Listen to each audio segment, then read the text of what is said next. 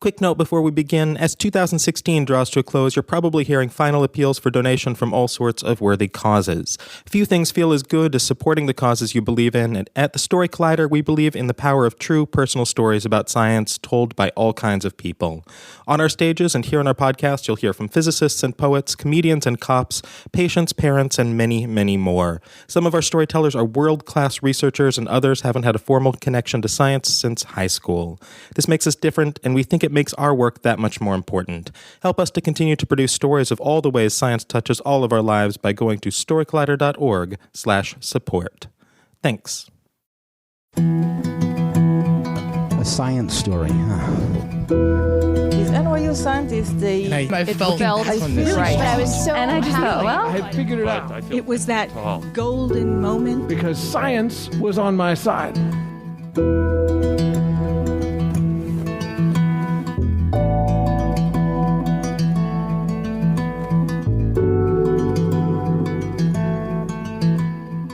Hi everyone, I'm Ben Lilly, and welcome to the Story Collider, where we bring you true personal stories about science. This week's story is from Rebecca Brachman. It was recorded in February 2016 at Union Hall in Brooklyn.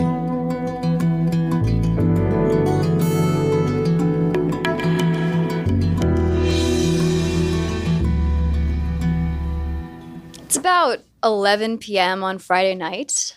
I am alone in lab cleaning up after an experiment, and I accidentally stick myself with a needle full of diphtheria toxin. So you guys will all know diphtheria as that thing that Mr. T always gets on the Oregon Trail. All right, so think back to fourth grade, right? Everyone, you're playing the Oregon Trail. Everyone just puts their friends on their team. Really? These are 10-year-olds.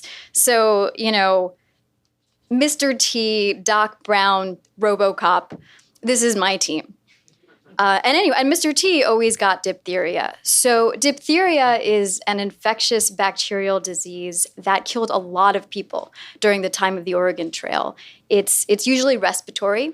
So the bacteria grows in your throat and your lungs, and it secretes this toxin that essentially melts the top layer of cells and forms this grayish, greenish white film, this pseudomembrane, and it's blood and it's bacteria and it's dead cells. And patients would die from inhaling this and not being able to breathe, or from heart failure as the toxin circulated through their blood, or they would just end up paralyzed from nerve damage or in a coma.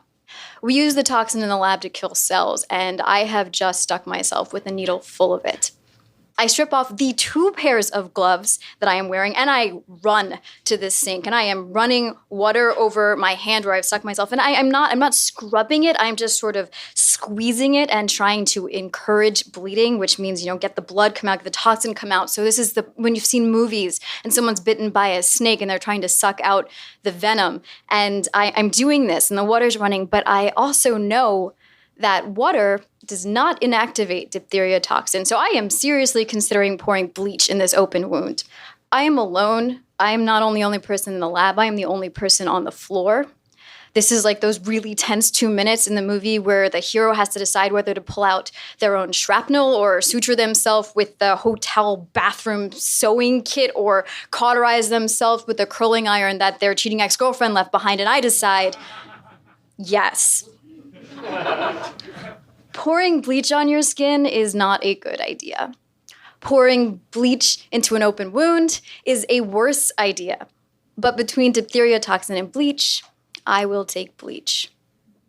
So I'm doing about 3 things simultaneously. I am washing my hand almost automatically. I'm on the phone with my mom, and in my head, I'm running the calculations. Because I wasn't exposed to diphtheria. I was exposed to diphtheria toxin, which is not what Mr. T gets on the Oregon Trail. The toxin is what makes the disease deadly. Toxin is basically synonymous with poison, and the lethal dose is 1 microgram per kilogram.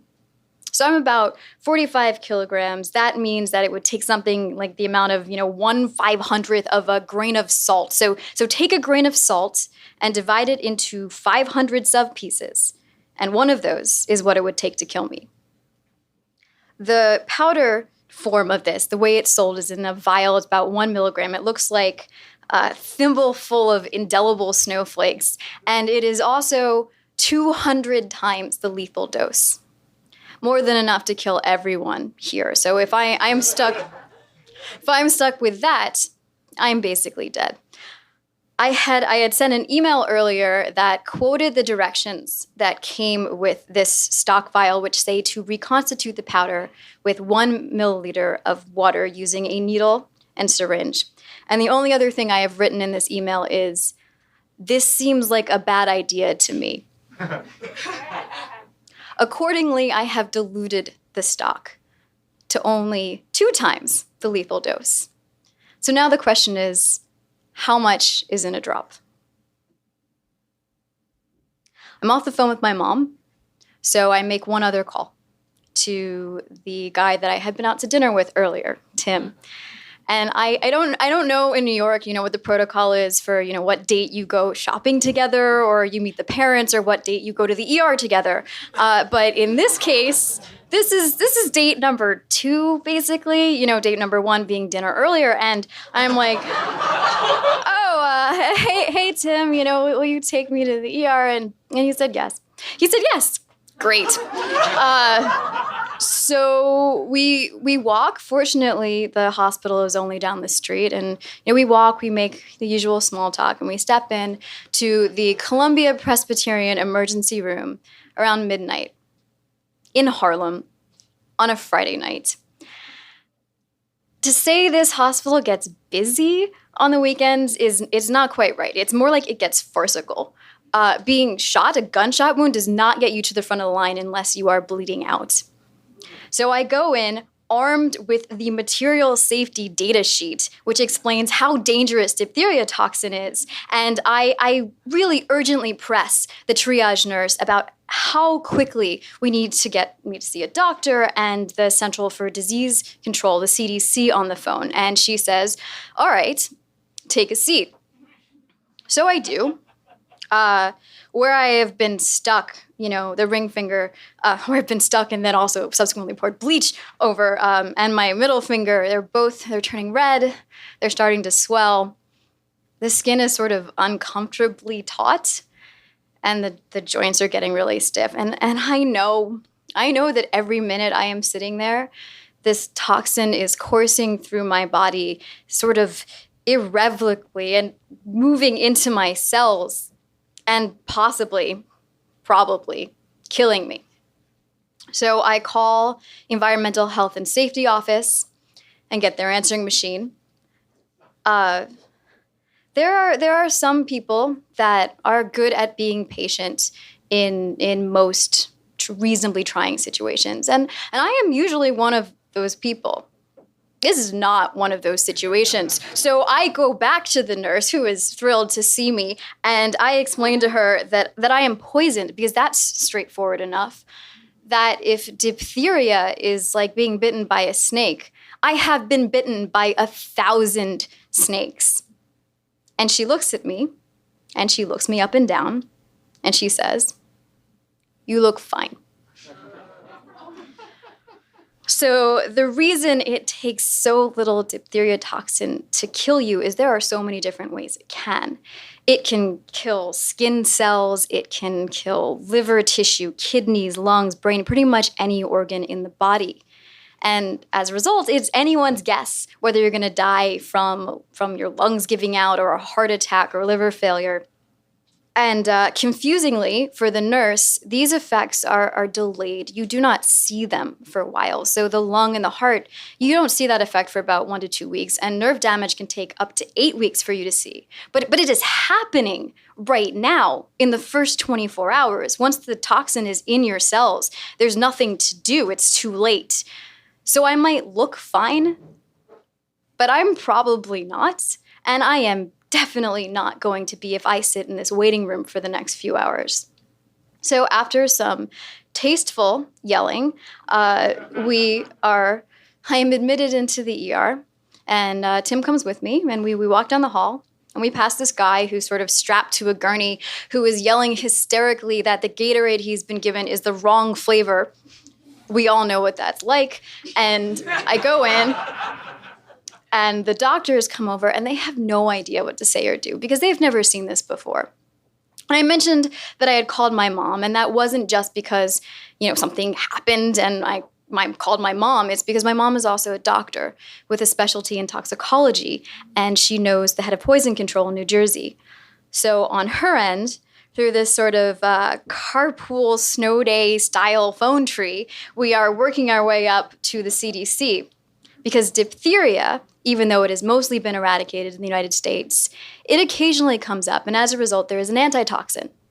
There is an antitoxin, but it is not available commercially anymore because no one gets diphtheria anymore. But the CDC has it stockpiled. CDC is in Atlanta.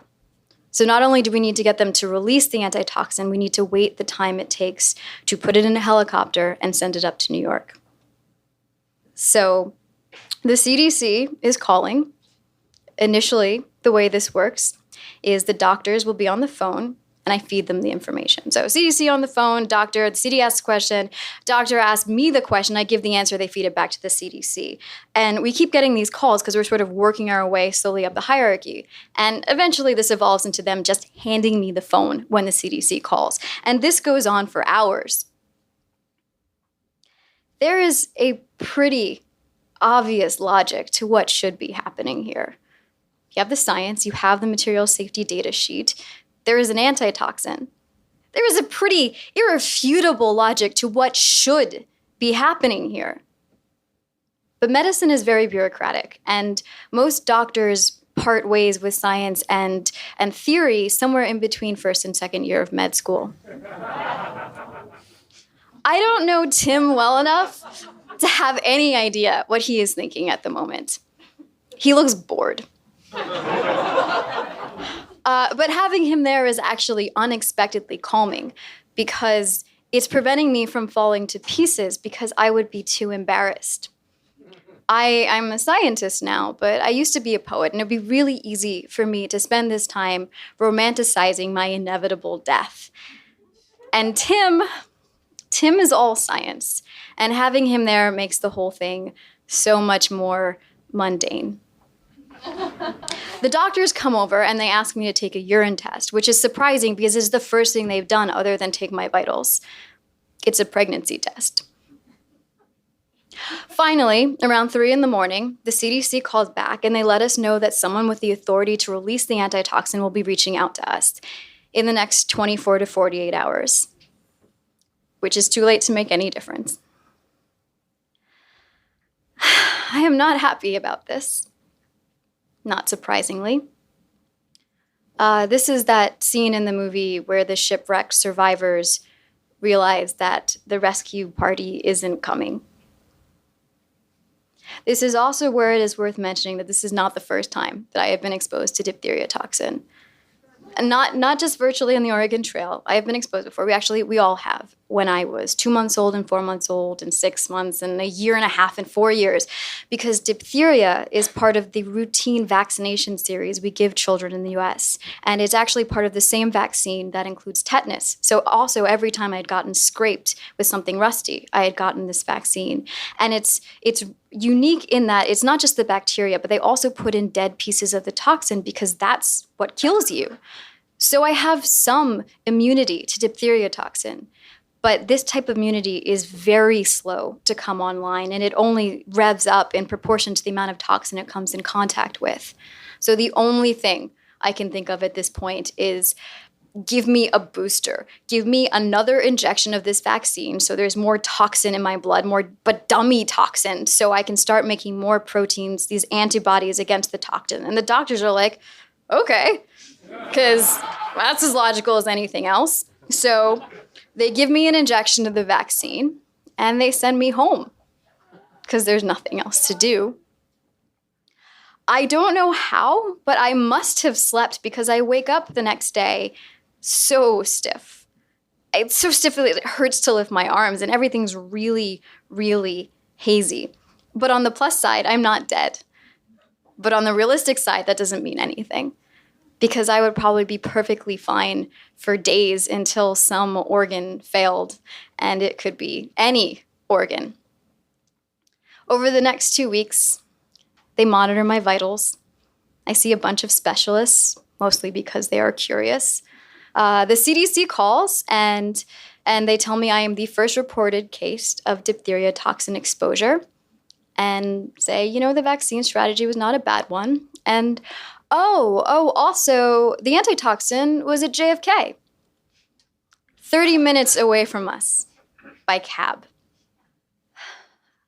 I once flew 5,000 miles and drove what ended up being about 8 hours through these really treacherous, pitch black, Grecian winding hills, so winding that I bet they were the inspiration for the labyrinth, for the Minotaur, just to see Delphi. And I got there, and it was closed. So I hopped the fence.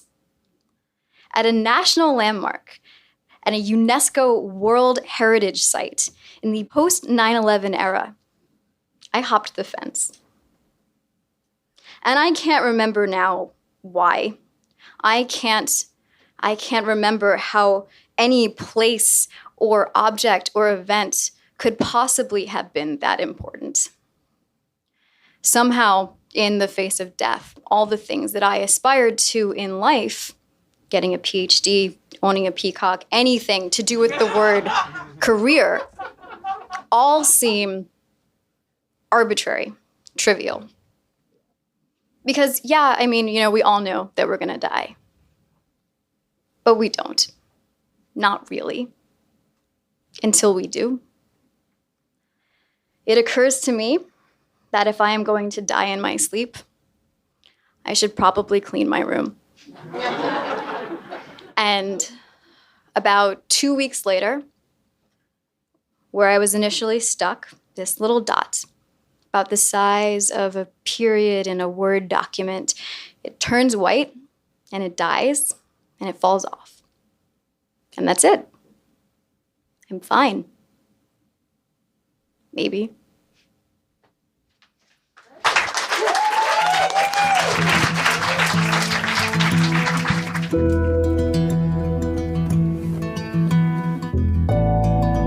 That was Rebecca Brachman. Rebecca is a neuroscientist, playwright, and screenwriter, as well as the director of NeuWrite, a national network of science writing groups that fosters ongoing collaboration between scientists, writers, and artists.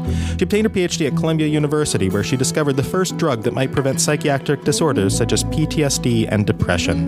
If you'd like to join us for one of our live shows in Brooklyn, we have one coming up this Tuesday, December 20th at Union Hall. The theme will be Science and the City, and we'll have guests such as 538's Jody Avergan.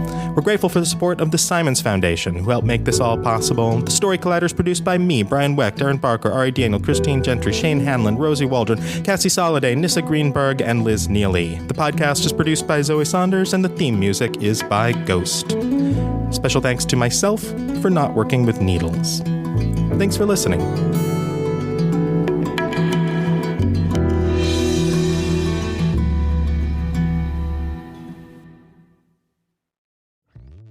Hello, Saver. Whether you're saving for that trip to the tropics or saving for an emergency, now is the time to take advantage of Wells Fargo's savings options. Wells Fargo offers savings accounts that can help you save towards your goals. So, what are you saving for? Visit a Wells Fargo branch or wellsfargo.com/save to open a savings account today. Wells Fargo Bank, N.A., member FDIC.